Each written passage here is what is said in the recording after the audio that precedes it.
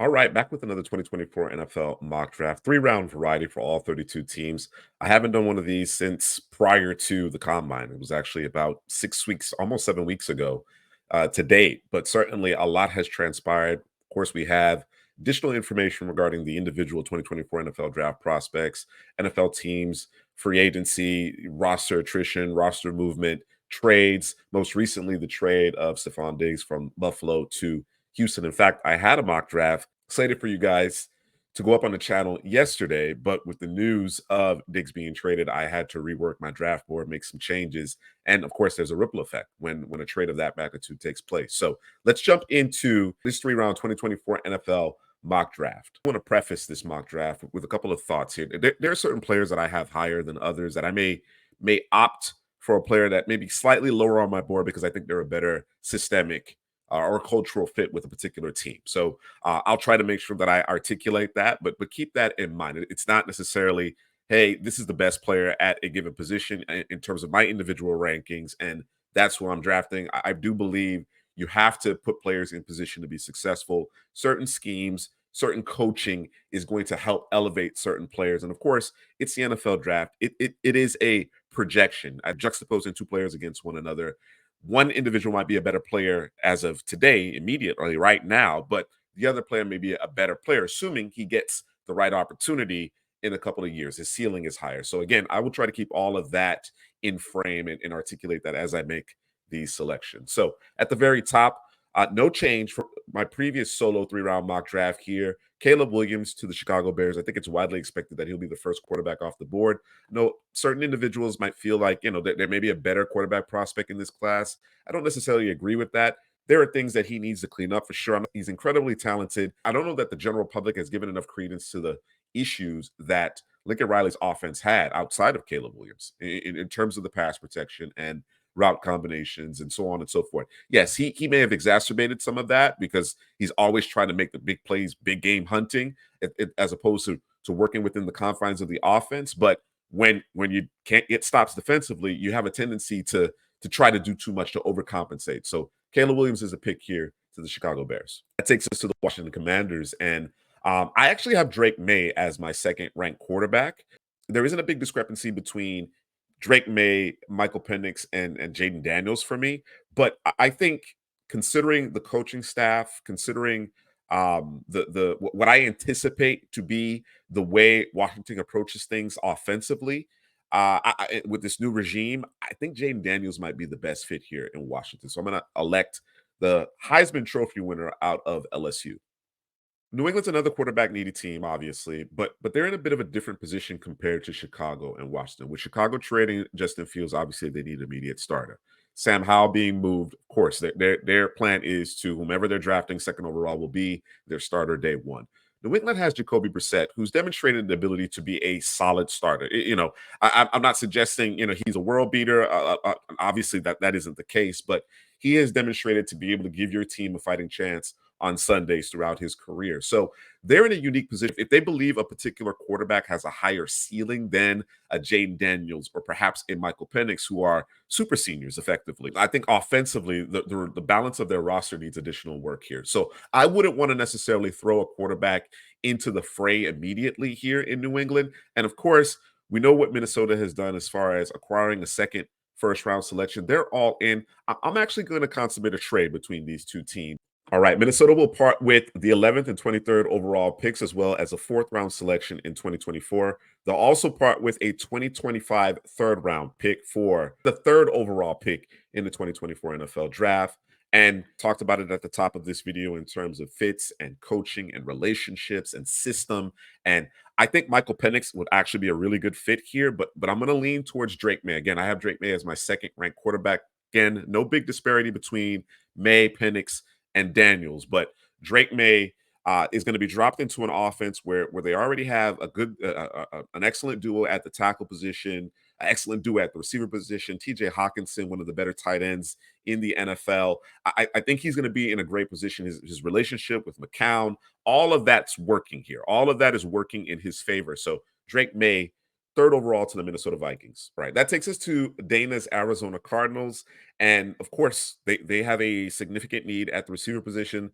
this is a team that may entertain a trade down, but I don't think it's necessary. As you can see, they have 6 selections in the first 90 picks, including a pair of first round picks, 3 picks in the first 35 selections. So I think they can just focus on selecting the best player available. And when we talk about best player available across the board, it also meets a position of need. I believe they only have one receiver under contract beyond 2024. There's a huge need for that alpha in that receiver room, and Marvin Harrison Jr. fits the bill. Next up is the Los Angeles Chargers. And of course, there's been a lot of conversation regarding Jim Harbaugh and his philosophy, and obviously wanting to be able to control things at the point of attack along the line of scrimmage. It makes a ton of sense. Wouldn't debate the philosophy, but I think they're just too bare in terms of the perimeter weapons, right? Quentin Johnson was not a player that I was particularly high on. I had him, slated for the second round. He goes in the first round, and of course, he has some struggles in his rookie year. I believe, I certainly believe he's capable of improving, but I'm not sold on Quentin Johnson developing into, a upper echelon X in the NFL. So I'm going to go with Malik Neighbors. I believe Marvin Harrison Jr. and Rome Odunze have higher floors than Malik Neighbors. I think there's a little bit more volatility associated with him, but in terms of ceilings, he's the top receiver in a very, very impressive wide receiver class here in the 2024 NFL draft. So let's add Malik Neighbors, get Justin Herbert, that top tier weapon. And then I think Quentin Johnston can develop into a really solid number two, a high end number two, given, with some pressure being taken off of him here with Neighbors being added to the mix. All right, DK, we got the New York Giants here on the clock, and I'm going to go with quarterback 3, 4. Like I said, 2 through 4 are all jumbled up for me. Michael Penix, man, Laser Penix. Of course, there's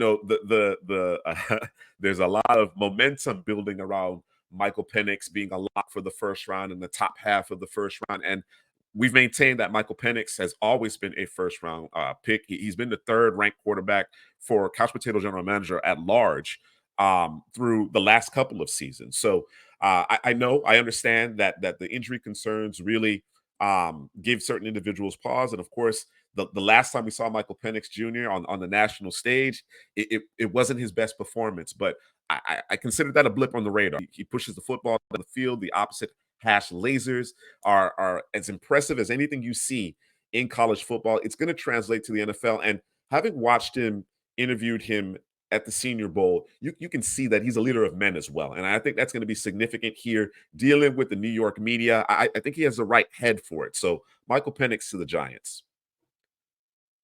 That takes us to the Tennessee Titans, and we want to kick Peter Skoronski to the inside, really bolster this offensive line, protect Will Levis, open up rushing lanes for Tyjae Spears and Tony Pollard. Let's go with Joe Alt, the top tackle in this class. For much of the process, we had Olu Fashanu, but when it was all said and done, and we kind of cross-checked our tape, it was clear that Alt is the top tackle in this class. Okay, Hadley's Dirty Birds are up. The Atlanta Falcons, and a very easy decision to me. Latu is the top defender in this class, top edge rusher as far as I'm concerned. Dallas Turner, Jared Verse, obviously very talented, but nobody is as polished and as impressive in terms of what they do technically from a pass rush perspective as Latu. And I think, there was some concerns in terms of him not necessarily being a high-end athlete. I wasn't worried about that, but having checked those boxes at the combine, I think definitely solidifies his billing as a top edge rusher in the class. We're back on the clock with the Chicago Bears. We went Caleb Williams first overall. I'm going to put the final piece of this defense. I think what Ryan Poles has done with this roster has been outstanding. It's been outstanding. The combination of trades, free agency, and some quality draft picks. I think the Bears are going to compete. They're going to absolutely compete in 2024. And, the in-season trade last year, the mid-season trade last year for Montez Sweat clearly made a difference. I think the final piece is Dallas Turner. Okay, that takes us to the New York Jets, who are going to round out our top 10 and mention the solo mock draft I did almost 2 months ago. And I actually had Troy Fautano here going 10th overall. Again, this is one where we've been at Couch Potato General Manager, we've been a bit higher on certain players in the consensus. I think things are starting to catch up a little bit here. But with what the Jets did in the offseason, as far as adding veterans via trade and free agency. They seem to have their starting five in place. I do think they still need additional weapons as they kind of push their chips to the middle of the table and make a run at it with a healthy Aaron Rodgers. Brock Bowers, I think, could be the difference maker here in New York. All right. So we traded down earlier with the New England Patriots going from third overall pick down to the 11th overall pick. They added 23rd, a day three pick in 2024, as well as a day two pick in 2025. So big haul. And I mentioned they are uniquely set up with Jacoby Brissett in place to not have to necessarily rush their rookie quarterback out on the field. That same mock draft I keep alluding to previously, I actually traded back up into the bottom of the first round to select JJ McCarthy. I don't think JJ McCarthy is going to last quite as long. I know there's some volatility associated with him. I think, given the opportunity to iron some things out, I think JJ McCarthy is going to be just fine. And this is the landing spot. I wouldn't want him to have to start day one. I think that's a recipe for disaster. But in this particular instance, especially ahead of the Denver Broncos, who I believe Sean Payton would really like to be able to acquire JJ McCarthy, I think this actually worked quite well for New England. Okay. Now I mentioned Sean Payton. You can certainly go Bo Nix here, but I just don't know that the value is great, right? And for me, I think even McCarthy is a bit of a stretch. He's a bit of a projection, but he's kind of the last bastion in terms of the quarterbacks in the first round, as far as I'm concerned. With Denver not having a second round pick here, JJ McCarthy off the board, not necessarily ready to go the Bo Nix route just yet. I think a trade down makes sense. And I think Green Bay is a team that generally, as far as I know, and Jake, correct me if I'm wrong, isn't necessarily the most aggressive in terms of climbing up the board, right? They kind of let it come to them, find the players that are fit their archetype. And again, if that's a misnomer, please correct me down in the comments. But that's what comes to mind as it relates to Green Bay in the draft. But I think they have a glaring need at left tackle, and go get your guy. Go get your guy. You're sitting at 25th overall.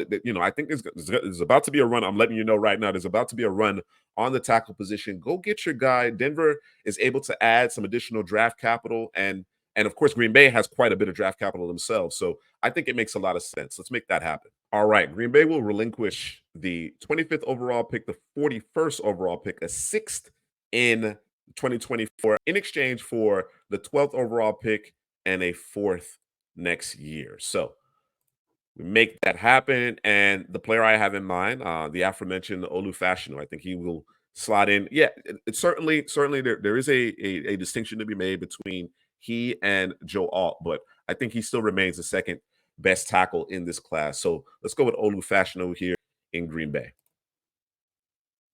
Okay. The Raiders are on the clock. And again, this is another team that might be in the market for a quarterback. I bounce back and forth with the Raiders. Of course, you got some high-end cornerbacks on the board. You could certainly go with Roma Dunze. Roma Dunze is a top 10 prospect as far as I'm concerned. Just it's not working out that way in this particular mock draft. They have needs in the secondary, second level of their defense, probably a bit too early for that. Offensive tackle is a need as well. There's quite a few offensive tackles, guys that play right tackle that work very well for what we do. We could go with one of those players, but you know, I think it's important to maximize value and work the draft board here. So one team that I think also is could be in the market for a corner. Um, they see Roma Dunze. We have Roma Dunze again, as I mentioned. Roma Dunze is sliding a little bit here. I think the Indianapolis Colts should get a little aggressive here, just a couple of spots, but get aggressive here and ensure that you create a very, very friendly environment for your inexperienced quarterback. So Anthony Richardson obviously isn't a rookie, but the injuries derailed his rookie season.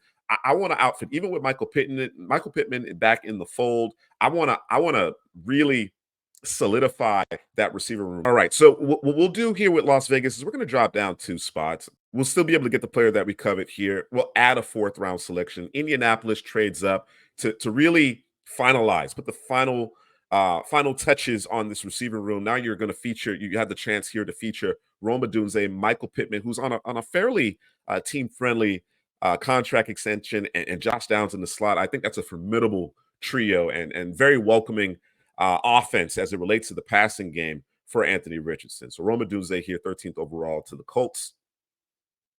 The New Orleans Saints have a litany of issues from a contractual perspective, but the biggest and the most glaring need is along the offensive line. The left tackle position is vacant. The Trevor Penning experiment hasn't worked to date. Hopefully, perhaps he can move inside as he continues to try to develop here. But Troy Fautano is a guy that we really like here at Couch Potato General Manager. There's some debate as to whether or not he should be a guard versus tackle. I think he's just fine at tackle. In fact, longer arms than Talise Fuaga. So I'm not sure exactly what the thought process is here. And there are people that I really do respect in terms of their analysis of the offensive line position that believe he would be a better guard. But I see him as a tackle. We see him as a tackle. So he is now your left tackle in New Orleans. I mentioned we would still be able to get the guy that we covet here in Las Vegas. I believe Vegas wants to be physical, led by Antonio Pierce. Let's go to Lisa Fuaga here. Play right tackle opposite Colton Miller. All right, Mr. C. Prasky. I think you've talked about it previously, and I think it makes a lot of sense here. A trade down situation. You don't have a second round pick, only 1/3 round selection. I'm gonna propose. I'm gonna propose a trade between Mr. C. Prasky and Dana here. The rare interdivisional trade between Seattle and Arizona, and Arizona is going to trade up in order to secure their preferred corner here. And I'm gonna go with my top cornerback. And my rankings have changed a bit here late in the process. Again, no big disparity between the top three, but my top ranked cornerback is Quinion Mitchell. So I want to make sure we can secure him in Arizona. And in order to do so, we're going to give Seattle the 27th overall pick, the 66th overall pick. I believe that's the second pick in the third round, and then a fourth round pick in 2025. So Seattle now has a pair of day 2 selections in the 2024 NFL draft. As I mentioned, we're going to go with Quinion Mitchell. That takes us to Jacksonville, who also is in need of a cornerback.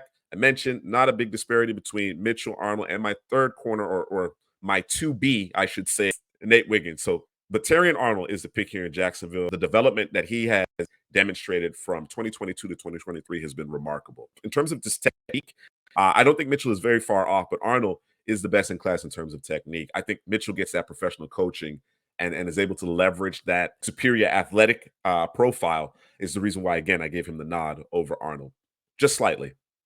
Okay, the Cincinnati Bengals are on the clock. Right tackle has continued to be an issue in Cincinnati, but they did bring in Trent Brown. I don't believe it's a long-term solution. They only signed him to 1 year, but I believe the expectation is that he will start in 2024 for the Bengals. And of course, you have two skyscrapers with Orlando Brown and Trent Brown at the offensive tackle position. I'm going to still stay along the offensive line, though. I want to bolster it, right? We can certainly improve on the Jackson Carmens and the Volsons of the world, Cordell Volsons of the world. Let's go with Jackson Powers Johnson. I think he starts at guard in 2024, and then eventually, maybe as early as 2025, he's your pivot for the next 10 years in front of Joe Burrow. Okay, the Los Angeles Rams are on the clock, and it's a pretty clear need in terms of what the Rams need to do. They need to continue to improve their defense, namely their pass rush here, and Jared Verse certainly fits the bill.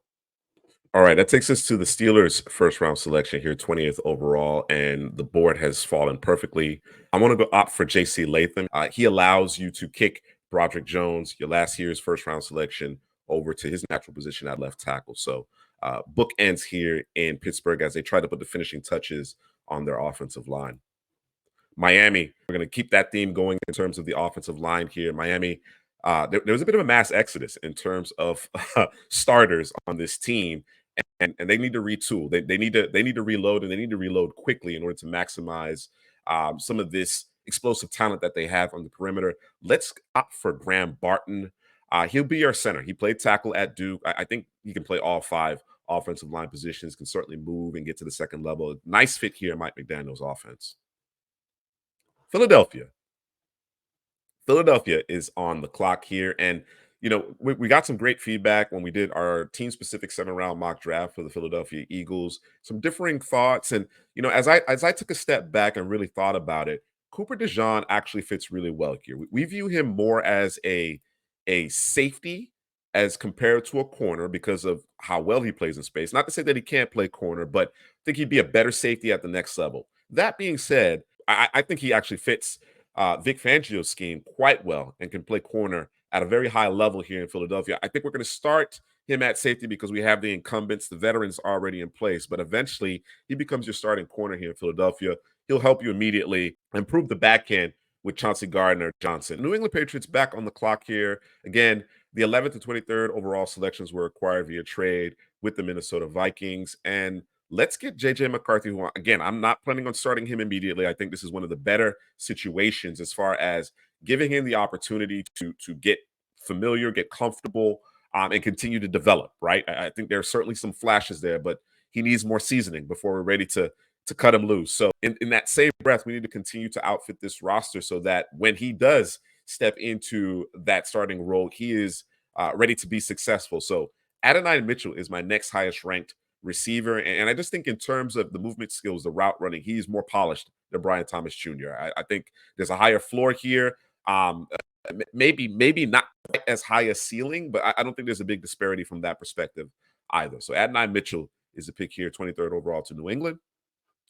Dallas is on the clock. I do want to illustrate Dallas does not have a fourth round selection. They don't have a fourth round selection here. Although there are some very good players on the board, I think a trade down is in their best interest at this point. With Graham Barton, Jackson Powers Johnson off the already been selected. The offensive line is a huge need. Defensive line is a huge need. But I think considering that Drazon Newton is still available, Byron Murphy's still available, you can manipulate this draft board a little bit here, add some draft capital, and give yourself more opportunities to outfit this roster. Who was hit pretty heavily here in free agency. Buffalo clearly in need of a receiver, despite the additions of Curtis Samuel and Mac Hollins with the trade of Stefon Diggs. They're going to have to replenish this receiver room. I think Buffalo fans already had an appetite for adding a receiver regardless. I think Buffalo needs to focus on their defense, but now clearly with Diggs no longer in Buffalo, receiver becomes priority number one. Let's have them trade up here with Dallas. As I mentioned, Dallas doesn't have a fourth round selection. We're going to take one of Buffalo's two fourth round selections, and that will put Buffalo in position to select Brian Thomas. All right. And Brian Thomas, he projects as an X, limited route tree, ability to track the football, and the physical tools are very enticing here. And I think paired up with Josh Allen, that big arm, Brian Thomas Jr. is a good fit here. Now, with that being said, as it relates to the Buffalo Bills passing game as a whole, it needs to be funneled through Dalton Kincaid. There's no mistake about that, right? Brian Thomas still has some developing to do. Again, I expect big things from him. I think he's certainly worthy of the first round selection, a trade up to acquire that skill set. But explosive plays, right? The game changing plays, I believe, will come from this addition of Brian Thomas Jr. All right. So earlier I mentioned that much to Sean Payton's chagrin, JJ McCarthy was picked one pick ahead of Denver when Denver held the 12th overall pick. We traded down with the Green Bay Packers. The Packers traded up to select their franchise left tackle in Olu Fashanu. Here at 25, I'm going to get a corner opposite one of my favorite players in the NFL, PS2, Patrick Surtain the second. Give me Nate Wiggins, who it might actually be my favorite corner in the class. I don't think he's the best. I think he and Terrion Arnold are pretty much neck and neck for number two, just slightly after Quinion Mitchell. Again, not a big disparity there, but I think Nate Wiggins really forms an impressive duo with PS2 here. CPGM Drew, my guy Drew might disagree with me here, but I'm going to go Kool-Aid McKinstry to the Tampa Bay Bucks, right? With Jamel Dean's injury history, I don't think Zion McCollum has played well enough to say, hey, we're good at corner, right? I think he's played decently. And of course, you need 3, 4 of these guys. Bryce Hall was a solid addition, but Kool-Aid McKinstry comes in, and I think he's your best corner off top. So give me Kool-Aid to Tampa Bay. Okay, Mr. C. Prasky, we're gonna make this pick this time after the trade down with the Cardinals. And for me, it really came down to Byron Murphy and Drazon Newton, and some folks are gonna lean towards Murphy, others are gonna lean towards Newton. The reason why I'm gonna select Newton here is because Newton has simply demonstrated the ability to affect the passer from a wider variety of alignments. Byron Murphy sits in the B gap, right?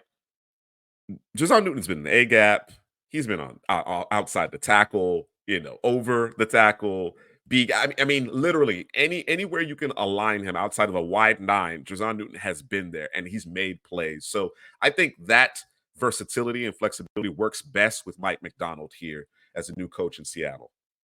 Okay, I just mentioned Byron Murphy, and I think This landing spot here in Dallas actually works perfectly for him. In Zim's defense, even man front, he can be a quintessential three technique. You're hoping that you get Mozzie Smith going here, but Byron Murphy offers a lot of legitimacy in terms of what he does against the run, as well as affecting the passer in the interior defense here. Okay, the Detroit Lions are on the clock, and I gotta say, I'm a huge fan of Brad Holmes. I think what Brad Holmes has done has been remarkable. Of course, Dan Campbell, he just he strikes you as one of those coaches you just love to play for. Would go through a wall for him, run through a wall for him. And I think when you talk about what their needs are, I think they could certainly add more teeth to their defense, and just from a cultural perspective and mentality and physicality and toughness. I think Darius Robinson is a perfect addition. Now, there's a misnomer as it relates to Darius Robinson.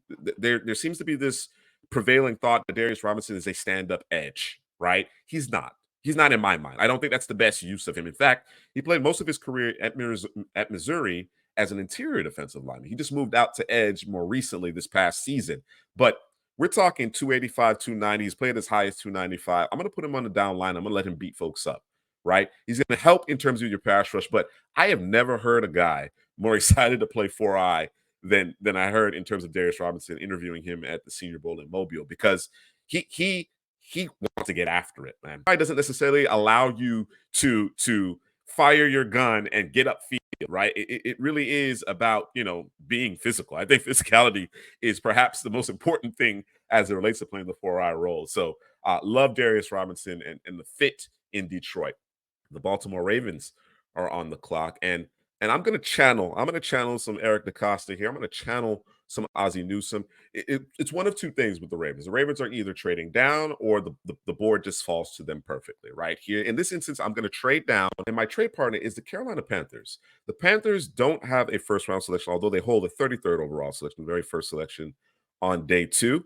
I think that's significant. It's only 4 spots here, but it's the trade swap here that I think would entice Baltimore, and Carolina wants to get in front of Kansas City for this very specific player that I have in mind here. All right, so to consummate this trade, Baltimore will give Carolina the 30th overall pick, their 93rd overall pick, and a fifth rounder in 2025.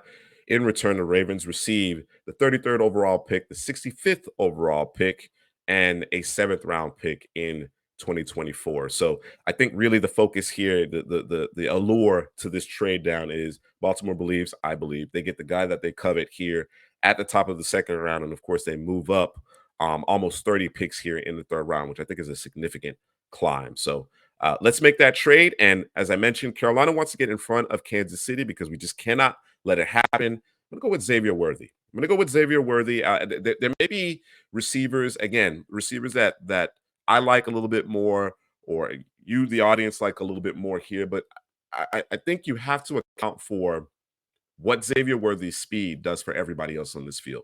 We saw it last year, right? Carolina has made a concerted effort to improve their offensive line, the interior of the offensive line in particular, to keep Bryce Young protected. They made the trade to acquire Deontay Johnson. So you got a route running aficionado out there that's actually going to create separation. Now I want to back the defensive backs back now. The opposing teams were just sitting on everything. They were not afraid of anybody getting behind them last year when facing Carolina, and it just made it that much more difficult to complete the most routine of passes, right? You didn't have the protection. You don't have anybody that's really striking any fear in the opposing defense, forcing those safeties and those corners to actually play on their heels as opposed to playing downhill. Xavier Worthy absolutely gets the job done from that perspective. So I think he certainly is a talented player in his own right, but I believe he has the ability with that game-breaking speed to open up the offense for everyone. All right. A couple more picks here in the first round. We got Marius Mims. He's a preferred right tackle here. I think this the sheer physical profile and this particular offense comes together really well. I have questions in terms of his ability to stay healthy, but at this point, I'm willing to take the risk. Late in the first round, I'm willing to take the risk on Marius Mims, his immense upside. And then finally, Kansas City. I'm about protecting the quarterback. They've obviously made a concerted effort to keep it intact, and that's exactly what we're going to continue to do with Donovan Smith out. My next highest rated tackle, I believe, Kingsley Sumataya out of BYU. Or some might be asking, well, why Tyler Guyton staring in the face? Why wouldn't you take Tyler Guyton? I think Tyler Guyton has things he needs to work on. Impressive athletic profile there, the physicality, you like it a lot. I think Kingsley is a safer pick at this point, and I don't know that there's enough of a disparity between their ceilings to legitimize taking Tyler Guyton over him.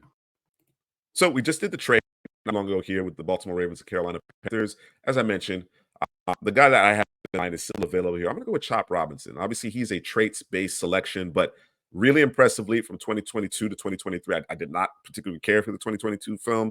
2023 is a different animal, different player, right? So I think he can continues to develop here with the professional coaching. And obviously, there's a need. There's a need. They need teeth in terms of their pass rush. It hasn't necessarily translated into sacks, and we know that the Ravens, they're not necessarily concerned about that. And mind you, I have a much higher grade on Chop Robinson compared to Odafe Owe when he was coming in. But I definitely believe what I see on tape is going to translate into those counting numbers here with Chop Robinson. Okay, I mentioned just a second ago, Tyler Guyton. I think this is the landing spot for him. Again, you have some incumbents in place, so you don't necessarily have to thrust him out there immediately. But he could very well be your starting left tackle on week one here. Okay, Dana, we're back on the clock here with Arizona. We got Marvin Harrison Jr., Quinion Mitchell. I want to improve the offensive line, and obviously going into the draft or prior to free agency, the tackle position was a concern with DJ Humphries, his injury likely out. Um, Paris Johnson currently at right, well, played right tackle as a rookie. He's going to move out to left tackle. It left a vacancy at right tackle, but they added Jonah Williams, who played really well at right tackle for Cincinnati the last year. So I'm gonna look to the interior, and although he's listed as a tackle, and I'm sure there will be NFL teams that view him as a tackle, I actually think Jordan Morgan will be a phenomenal guard. His shorter arms give me a little concern. I think guys who can truly bend that edge and put him in a bind in terms of the wide nine.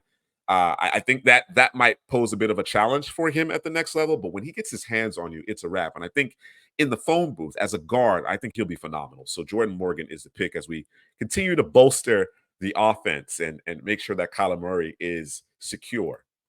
We still have four more picks here. A lot of picks here for Washington. I'm going to go with a corner that I think I like more than the consensus, especially after he didn't necessarily test great.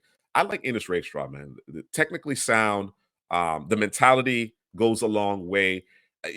Against some of the best in college football, he looked the part, man. He looked the part. When he went out of that game against LSU, they lost the game. They lost the game because he wasn't out there, helping contain Malik Neighbors and Brian Thomas. So Ennis Rakestraw is the selection here for me.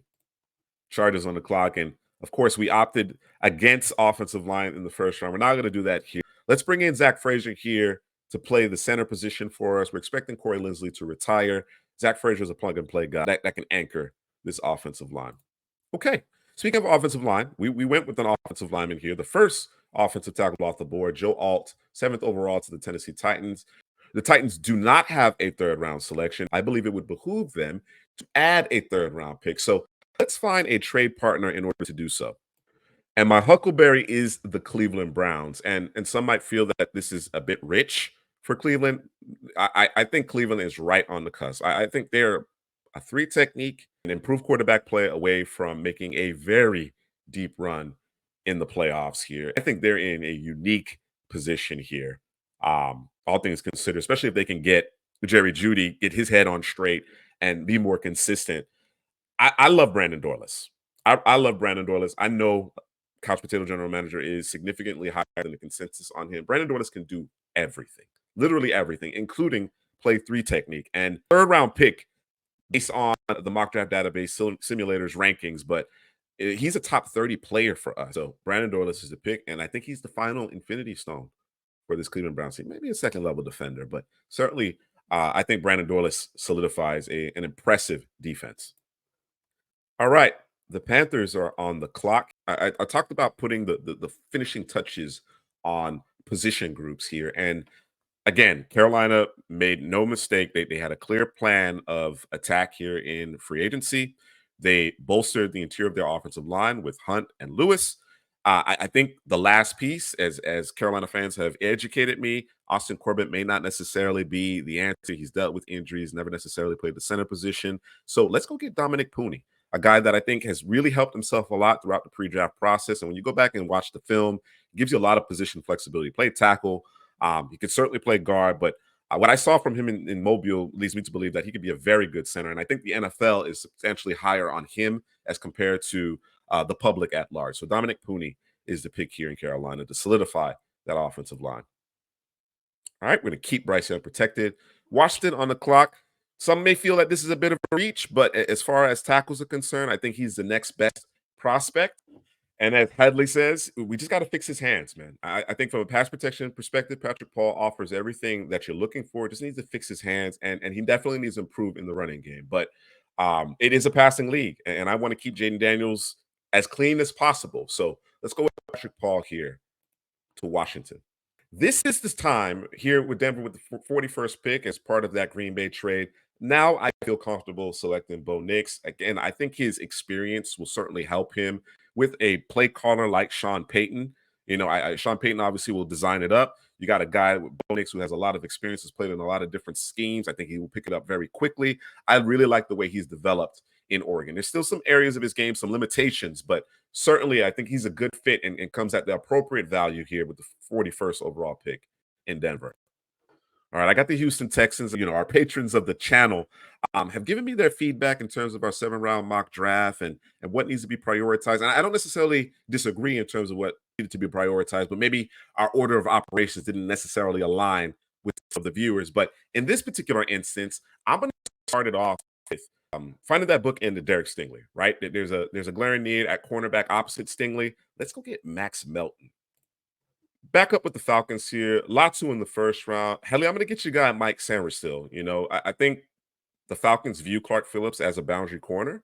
If so, let's go with the best nickel in the class here. You have a need there. He can certainly help you out at safety as well. So Mikey Sanders still is the pick. We traded down in the first round a couple of spots, and we still netted Silis Fuaga, the top right tackle in this class, pair him up with Colton Miller. I'm going to keep it going. I'm going to trade down again. I'm going to trade down again here. And again, it may be a departure from what Green Bay typically does, but we're going to trade up again. We've identified specific players that we want to add, guys that, you know, Raiders fans might say, hey, why don't we draft those guys? But I have a plan in place for the Raiders here. I think they have more needs, frankly, than Green Bay does.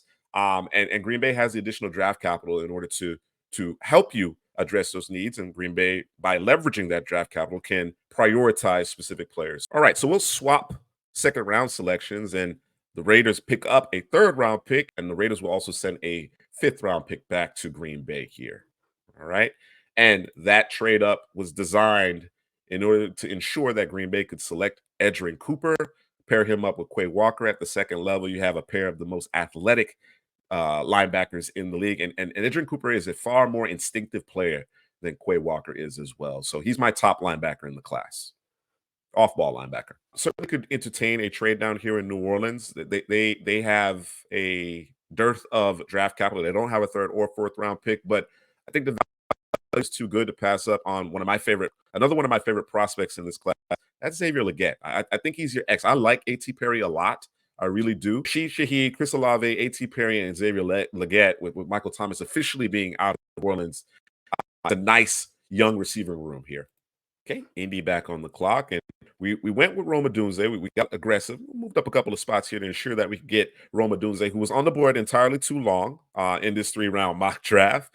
And now we're going to go to the cornerback position. And I think a quality fit would be Kamari Lassiter out of Georgia. Long speed is a little bit of a concern, but I think he checks the box everywhere else.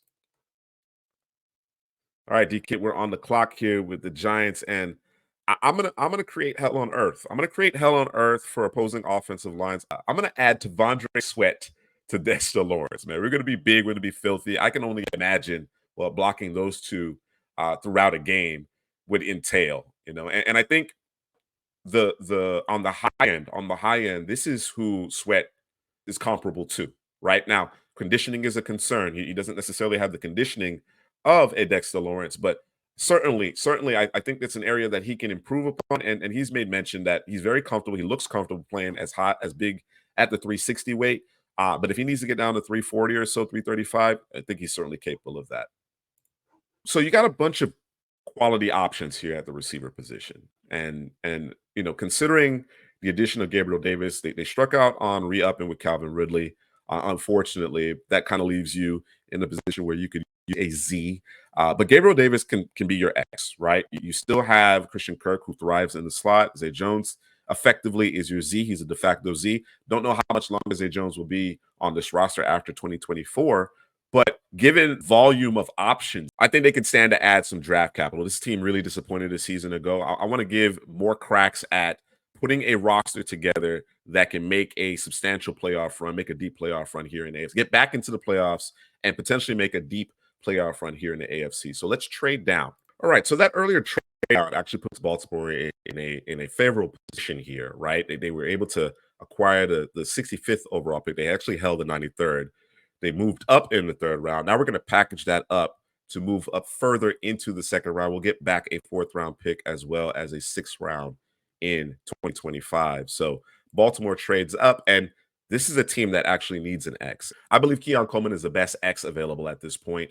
I'm a little lower on Keon Coleman than I think some are, and it's not because of the 40 time. I think he moves well enough in terms of a player his size. You saw him during the gauntlet drill, how quickly he went through that. The body control is certainly there. I'd like to see a little bit more physicality, a little bit more consistency at the catch point, right, in terms of contested catches. Now, he can go up and make a spectacular catch, but I expect a big framed player like him, with the basketball background that he has, the ability to play at the rim, take more contested grabs. He needs seasoning. He needs development. And I think on the backside of this offense, he'll get plenty of man-to-man coverage because, of course, you got Derrick Henry, you got Andrews, likely, you got Zay Flowers. I think this is a nice landing spot for him. He doesn't necessarily have to be the guy. Every few weeks, Keon Coleman will be the guy. So I like the landing spot in Baltimore. And then, of course, that trade allowed Baltimore to get in front of Cincinnati, whom I think would also be a really good fit for Keon Coleman. He doesn't have to be the primary option in the passing game. He can continue to work on his craft and become what I believe will be high-end receiver too. So with Baltimore getting in front of Cincinnati and ultimately taking Keon Coleman, Cincinnati could stand and go receiver. But T. Higgins is still in the contract. Not sure what's going to play out, whether the trade is going to happen, whether they're going to try to make a run at it with T. Higgins and Jamar Chase one more time here in 2024. I'm going to go to the down line. With DJ Reader moving on, BJ Hill in the last year of his deal, I'm going to go to the interior of the defensive line. And a player I really like is Chris Jenkins. I like him more than Braden Fisk. I think he's just more physical, better against the run. And I think there's some untapped pass rushing potential. In fact, I'm higher on Chris Jenkins than I was Mozzie Smith. So I think he comes at great value here. Philadelphia back on the clock, and we've talked about the needs, right, at nauseum throughout our 7 round mock draft, team specific mock draft for the Philadelphia Eagles. We talked about what they need to improve upon, particularly the second level of their defense. And I'm going to take my second ranked off ball linebacker here. That's Peyton Wilson. Now, people will be concerned about the injuries. He's had some bad injury luck. He's had a clean bill of health the last couple of seasons, and he is a blur. Those knee injuries have not affected his speed one iota. So I think keep him clean with Jalen Carter and Davis up front. Peyton Wilson's going to clean up all of the struggles that you had on the second level. Steelers are up next, and we're going to add a receiver here. Deontay Johnson traded away to Carolina. I think a nice comparable type of player in terms of their ability to create separation on a consistent basis is Ricky Pearsall. The Rams are on the clock, but we're getting a phone call. We're getting a phone call, and it's the Houston Texans. It's the Houston Texans calling.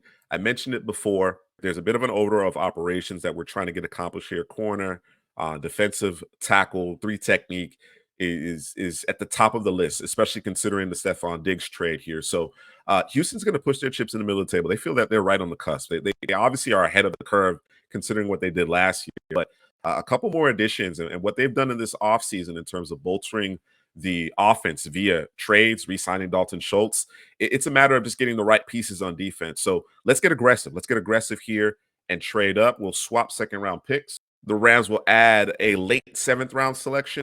And the Rams, who don't have a 4th round pick, actually net a 4th round pick in this trade. So I think this works out well for both clubs. So who did we trade up for? Well, Braden Fitt. After Drazon Newton, Byron Murphy, And my guy Brandon Dolis, who I believe who can do everything. Uh, you get into the conversation of Braden Fisk, top five, interior defensive lineman as it relates to a even man front. I don't think he has the flexibility necessarily to play in the odd front. That answers the question as to why I didn't select him for the Rams. I don't think that would be a good fit, right? He certainly has the frame, but he doesn't play with the requisite physicality and leverage to hold up in an odd man front, in my opinion. If you're going to do 4-eye, five technique type things with him, you want to get him upfield, one gapping as a three technique, and I think he certainly can do that in D'Amico Ryan's defensive system.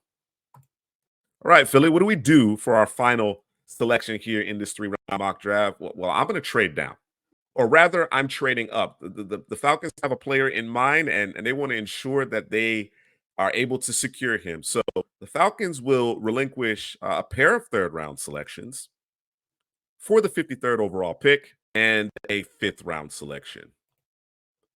All right, and in doing so, now with their veteran quarterback Kirk Cousins until you added Darnell Mooney to that offense, we want to add one more weapon to the mix, and Lad McConkey is going to be the pick here. I think he worked nicely in that system with Cousins, Drake London, Kyle Pitts. Obviously, your bigger receiving weapons. You sprinkle in the Darnell Mooney and Lad McConkey here. So we started in the trenches on the offensive side of the ball. We went with Joe Alt. Let's go to the defensive side of the ball, and a player that I think is very talented, very gifted, offers a lot of position flexibility up front. Marshawn Nealon, you get him next to Justin Simmons, and I think you're going to create some real challenges for the opposing offensive line. The Miami Dolphins are on the clock next, and they don't have a third or fourth round pick. I think they have a lot of holes on this team, and as a result, I'm looking for a trade down partner. So and the team that comes to mind is the New York Giants. In order for the Giants to move up 15 spots, they'll relinquish the 70th overall pick and 107. We went with Michael Penix in the first round. We followed up with Devondre Sweat. Here we are with our second round selection now. And I'm going to go get Michael Penix's old teammate here, Jalen Polk. I'm a big fan of Polk's game. I think he can play all receiver positions. And you got the likes of Jalen Hyatt. You got a Wan'Dale Robinson. I'm not sure what's happening at the tight end position, unfortunately, but need a bigger option. While Jalen Polk isn't necessarily the most physically imposing player, his ability to play all of the receiver positions is significant here. And the familiarity with Michael Penix Jr. is significant as well. All right. So we started along the defensive line after a trade down here in Dallas. We added a fourth round pick as part of that trade down, get our three technique. A lot of bodies have exited, left out of Dallas. I'm going to work on the second level of the defense. It's been a glaring issue here in Dallas with Michael Parsons playing on the down line permanently. Junior Colson is the selection here. This will certainly help stabilize that run defense. The Bucks are on the clock. Drew's Bucks are on the clock, and now Drew. Now I'm going to go with the interior of the offensive line. I'm going to add you Haynes. I think he works very well in this scheme, and generally speaking, Cal Potato General Manager is a bit higher on Haynes in the consensus. Although the mock draft database has him in a pretty good spot here. I traded down a couple of times with the Raiders, so it's time to start making these selections, right? And that additional draft capital has really put us in a position to load up here. I mentioned it earlier, and corner is a need, and I'm gonna go with one of my favorite corners in this class. I know I'm higher on him than the general consensus is. Cam Hart out of Notre Dame, he can do it all, but I think he's going to be an excellent boundary corner, intelligent, instinctive. He has the requisite athleticism, considering how big he is. He's a legit 6'3" out there with plenty of length.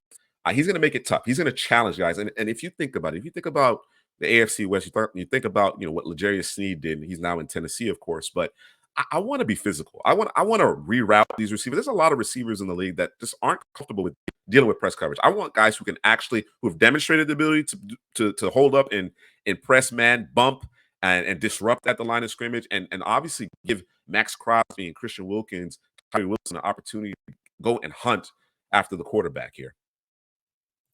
Okay, to stick with that theme, we had the trade down with the Rams. We're gonna go get another guy who's very much in that same mold as Hart and Elijah Jones. And no, folks aren't quite as high on Cam Hart as I am.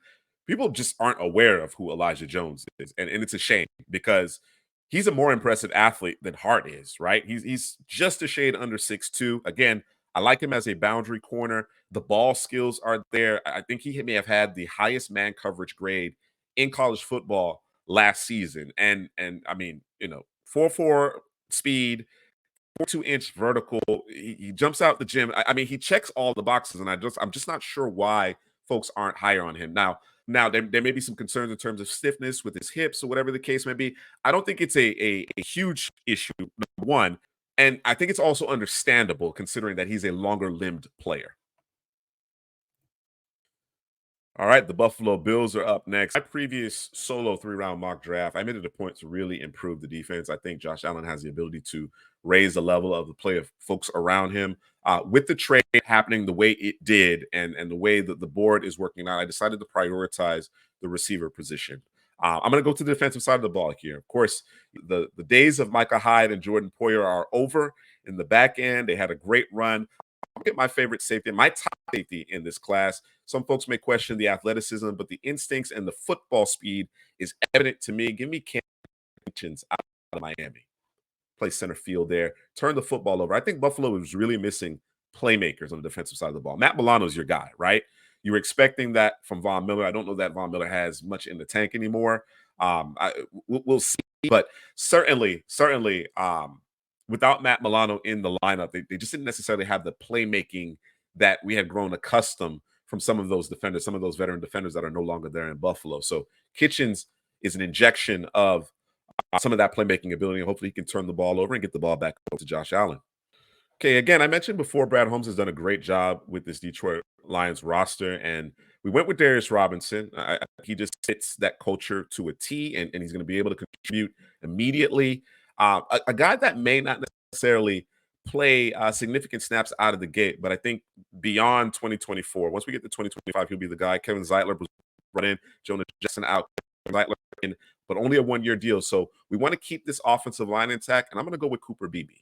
Okay, so Jacksonville traded earlier. We added the 65th overall pick. So nice trade down from that perspective. And we still got a nice group of receivers available. I'm going to add some speed. You know, Troy Franklin didn't run the 40 quite as fast as I expected him to, but he's a blur. And I think considering that you have Gabe Davis and you missed out on Calvin Ridley and Christian Kirk is as he can certainly stretch the field, but you like him in the slot. Let's bring in Troy Franklin to really take the top off the defense, open things up for Trevor Lawrence and this offense.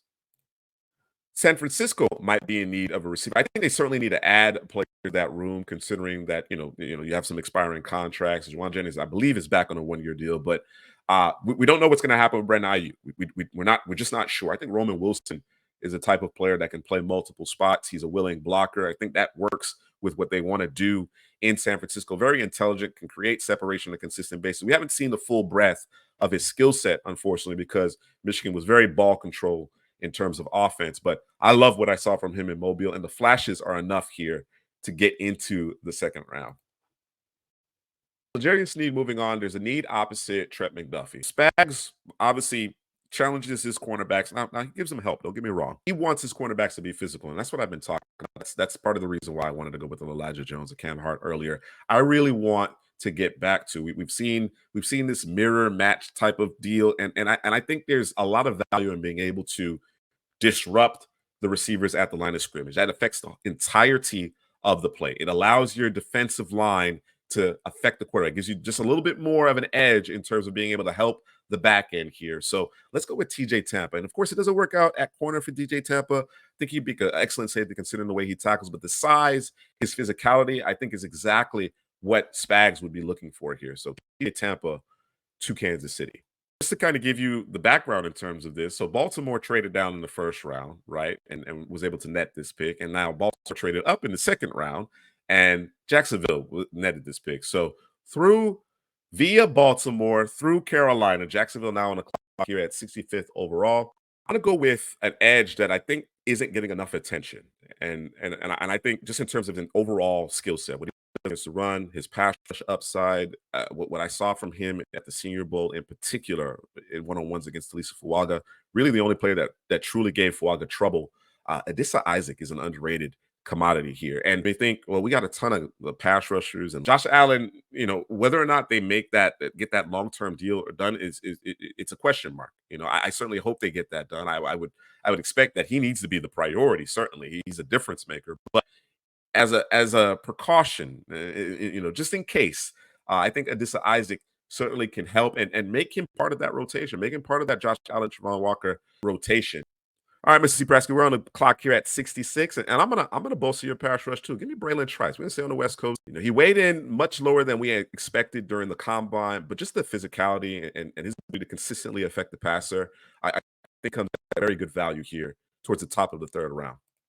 Okay, we still got a couple of picks here for Washington. Washington's done a lot of drafting to this point. Jaden Daniels in his registrar, Patrick Paul through 3 selections. We have 67 and 78. I want to add another piece to the secondary, finalize the secondary, right? They did bring in Jeremy Chin, but it's a 1 year deal. Cam Curl is in Los Angeles now. Give me Tyler Newman. The Pats are on the clock, and it's been all offense to this point. I think that the defense is actually in really good shape.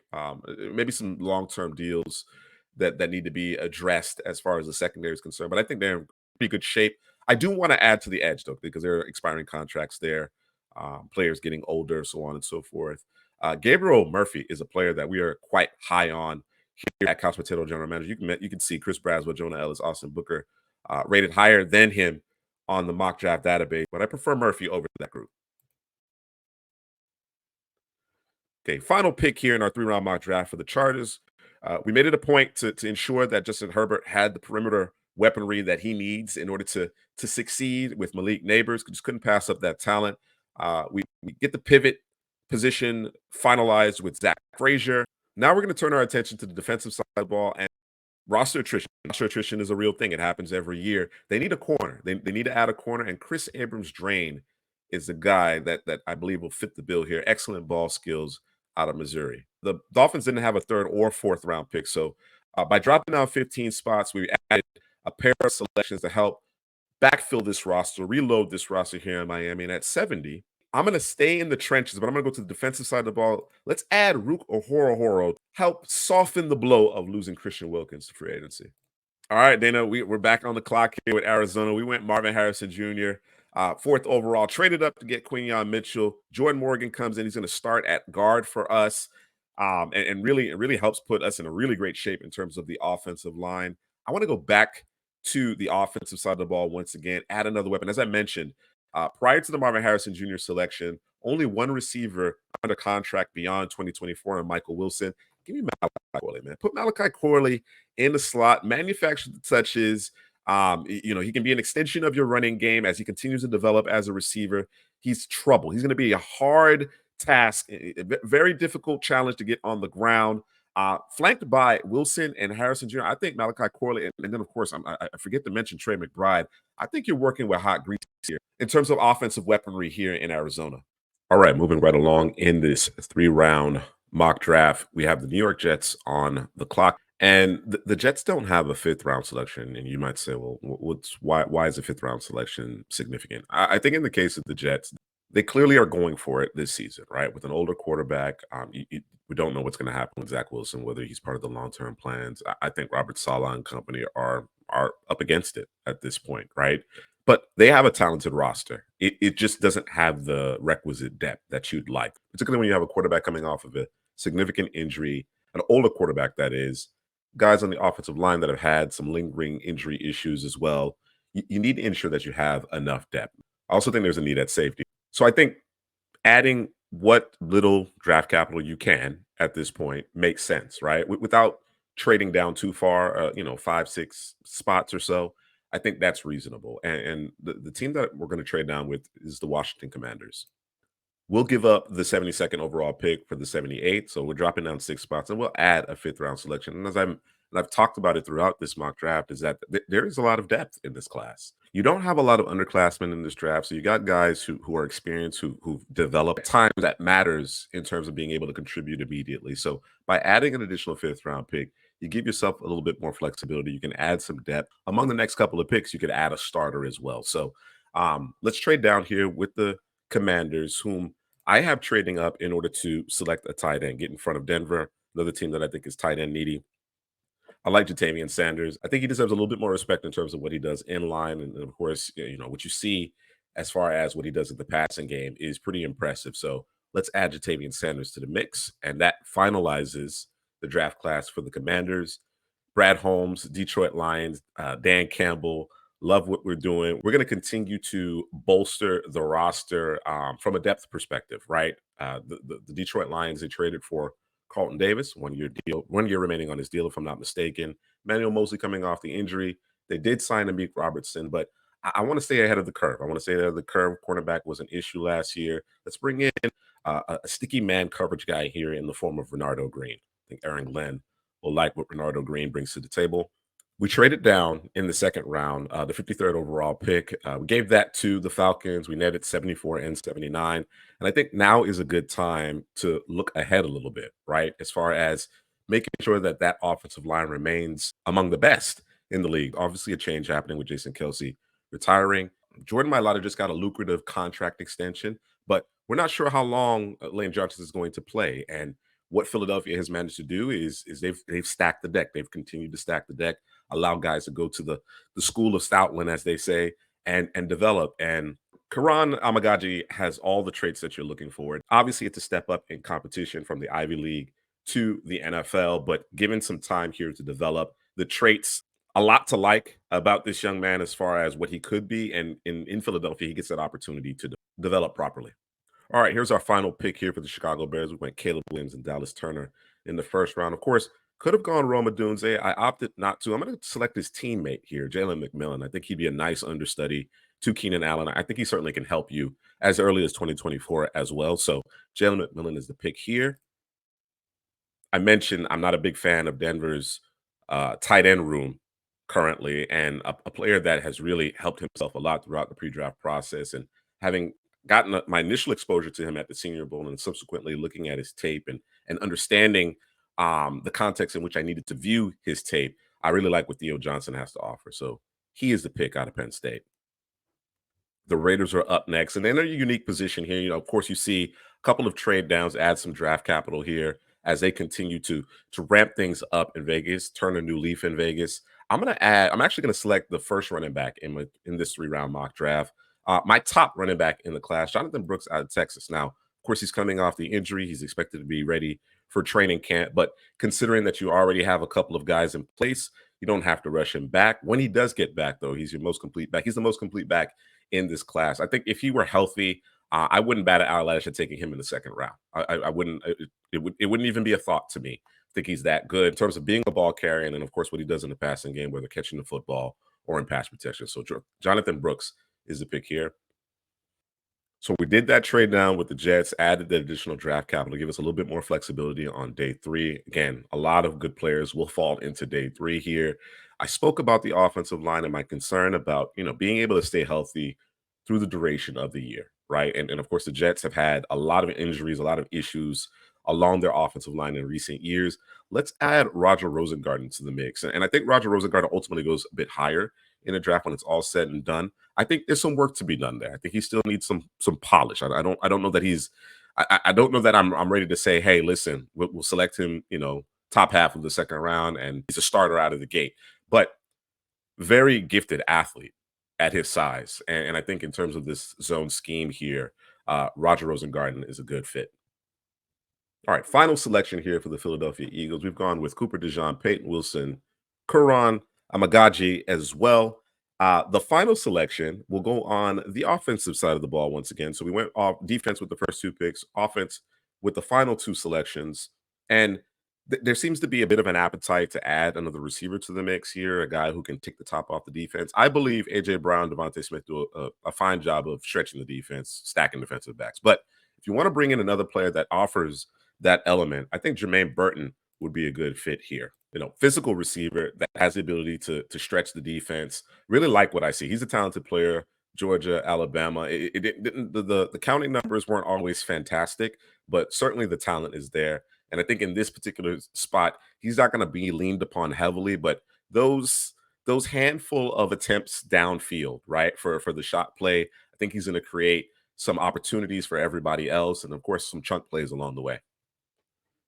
All right, we have the Bengals on the clock. They have the 80th and 97th overall picks, and I want to add a corner. Chidobe Awuzie is no longer in Cincinnati.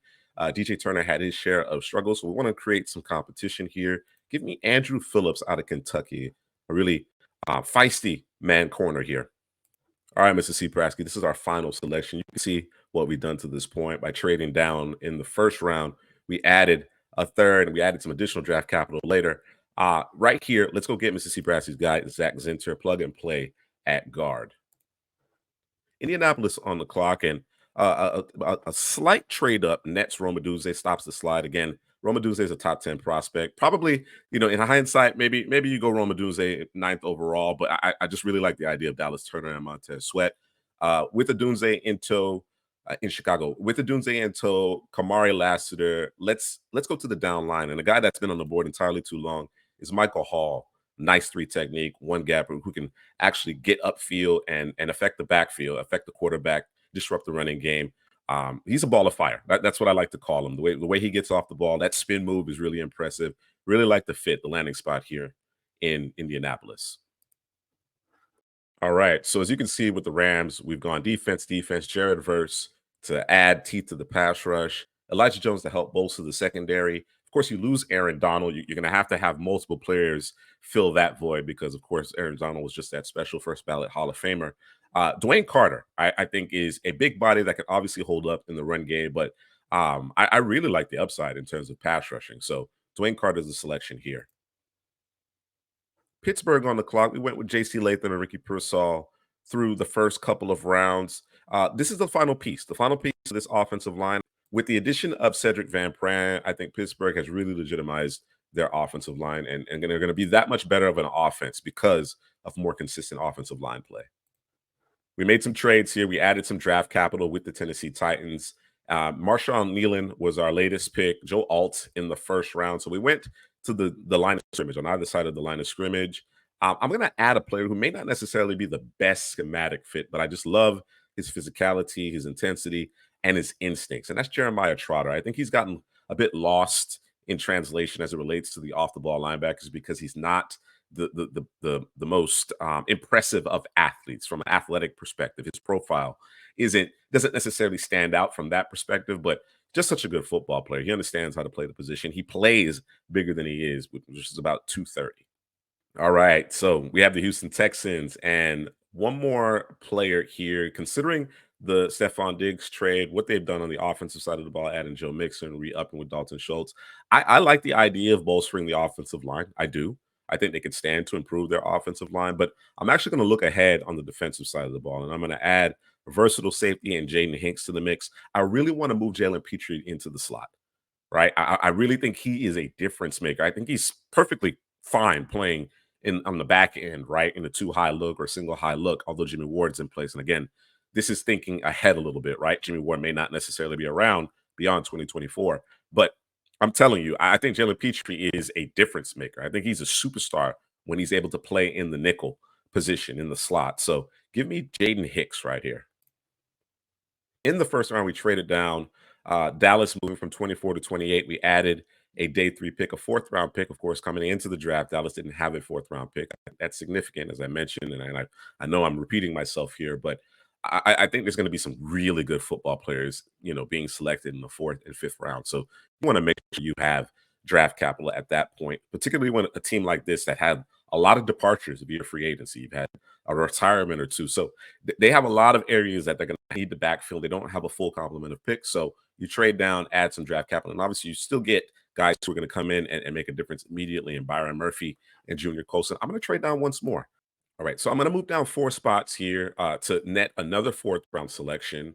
In doing so, we're going to send the fifth rounder to the Raiders as well, and a seventh rounder in 2025 in order to consummate this trade. But again, we're trading down a total of 8 spots between 2 separate trades, and we're netting multiple fourth round picks when we didn't have any in the first place. I think in the fourth round, you can obviously address your offensive line. You can add a receiver. You can address your backfield. You can do any number of things. And of course, we still have a third round pick here before this 3-round mock draft comes to an end.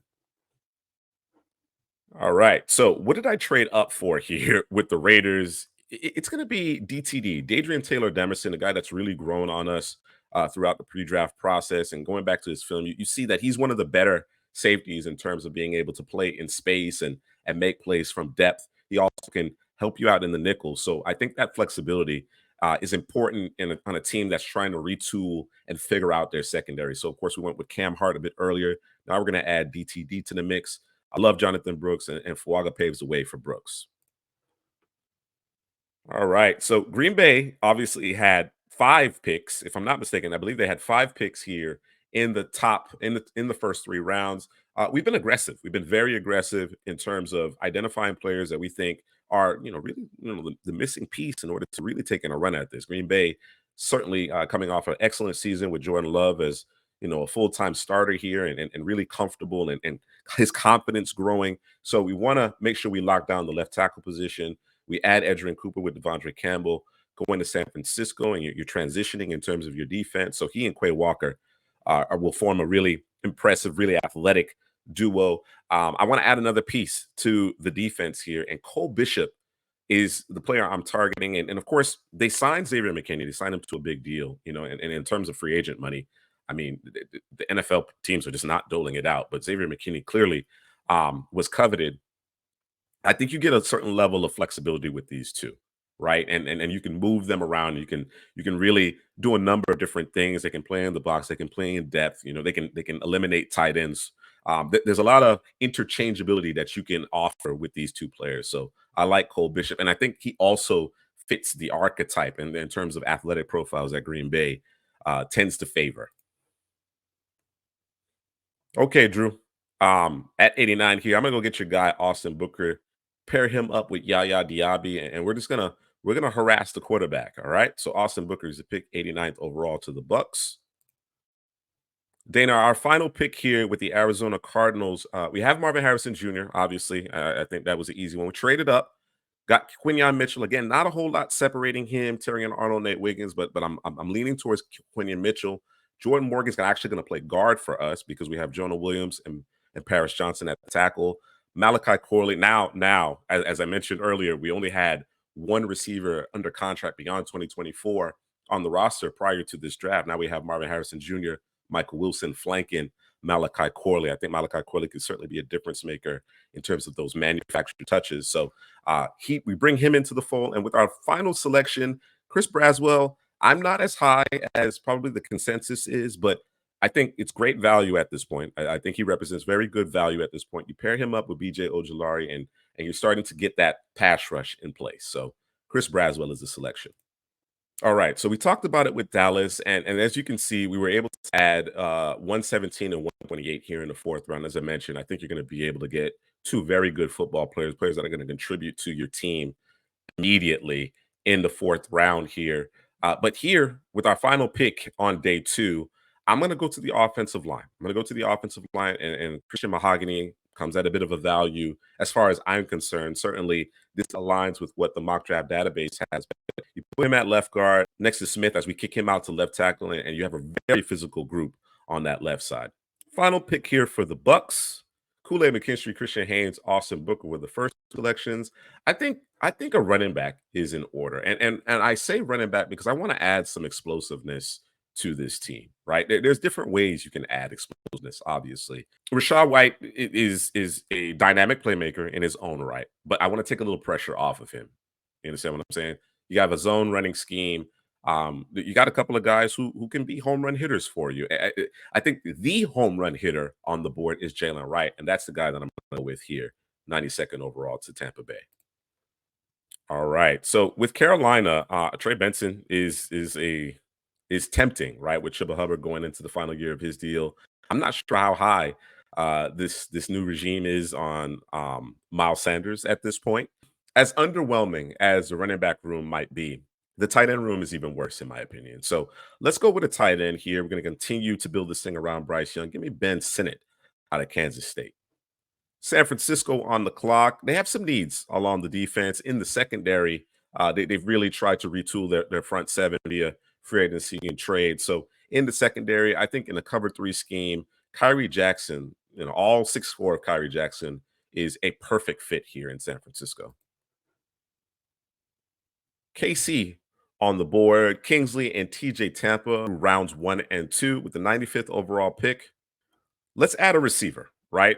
It was a much maligned group that kind of came together there at the end. They got it right when it counted.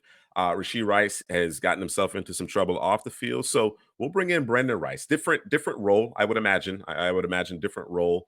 Of course, the way Andy Reid deploys his receivers always very creative. I think he plays to his personnel very well, but Brendan Rice represents legitimate X receiver, and they just don't have that necessarily. Is it a must in Andy Reid's offense? Probably not. With Travis Kelce still the focal point of the passing game, but Brendan Rice gives you a nice boost in terms of your receiving room, especially with the uncertainty around Rasheed Rice.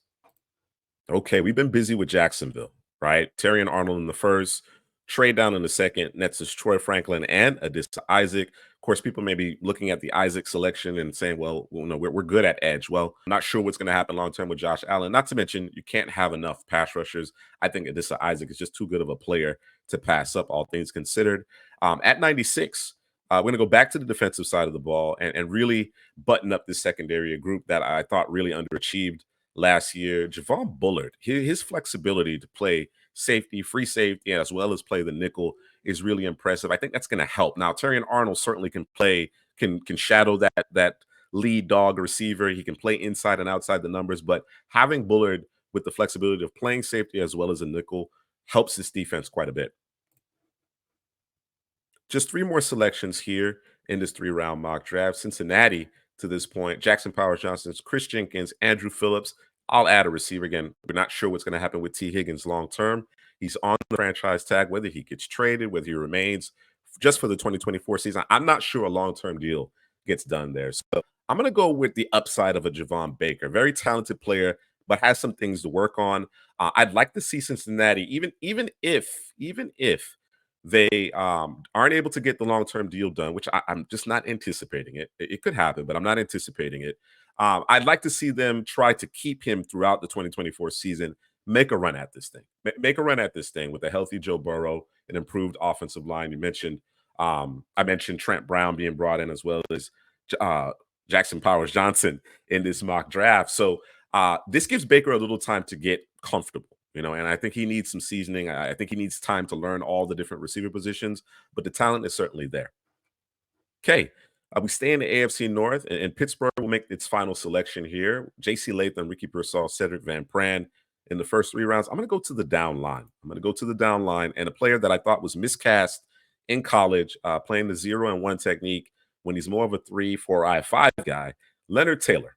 Leonard Taylor. Now, I'm disappointed in his performance throughout the pre-draft process. There looked to be a lack of dedication to his craft, to be perfectly frank. But I do believe he's very talented, and I'm going to bet on Mike Tomlin and that group on the defensive side of the ball to push the right buttons and get the most out of Leonard Taylor in this odd man front. And then finally, our final pick in this 2024 three-round NFL mock draft, the Los Angeles Rams, who've obviously been very busy here. We've gone exclusively on the defensive side of the ball through the first three selections: Jared Verse, Elijah Jones, and Dwayne Carter. I'm gonna throw the offensive bone here. I'm looking for a more permanent solution at the third receiver spot. Of course, tight end, the injuries, the Higby. I think they could use another pass catcher here. And Malik Washington, I think in the slot between Puka and Cooper Cup is just too good to pass up here. So Malik Washington is the final selection in this three-round mock draft. All right, folks, that's going to do it for this three-round mock draft. Let me know your thoughts down in the comments. If you enjoyed it, if you didn't enjoy it, one way or the other video, let me know your thoughts. I'm really, really excited to elicit your feedback in terms of what you would have done differently if you disagreed with something, right? It gives me some perspective, and certainly I'll defend my picks as well. So love to engage our viewers here. Be sure to like the video and subscribe. Subscribe if you enjoy the content.